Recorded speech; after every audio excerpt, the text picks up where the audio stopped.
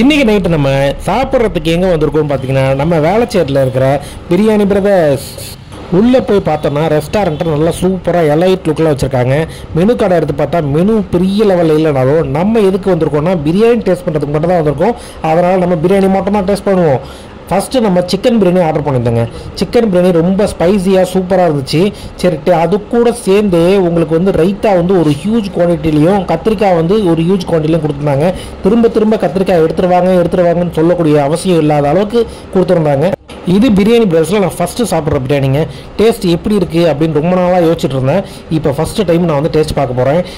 ஒரு leg piece எடுத்து வாயில் கடிச்சு பார்த்தோம்னா ரொம்பவே டேஸ்ட்டாக இருக்குது. சூப்பராக வெல் குக்குடாக இருக்குங்க. ஓவர் குக் ஆகாமல் ரொம்ப கரெக்டான டெக்ஸ்சரில் இருக்குது. பிரியாணியும் நல்லா சூப்பராக இருக்குது. Chicken biryani okay. சிக்கன் பிரியாணியை ஃபினிஷ் பண்ணிவிட்டு அதுக்கப்புறமா மட்டன் பிரியாணி ஸ்டார்ட் பண்ணோம். மட்டன் பிரியாணி எப்படி இருக்குன்னு பார்த்தலாமா?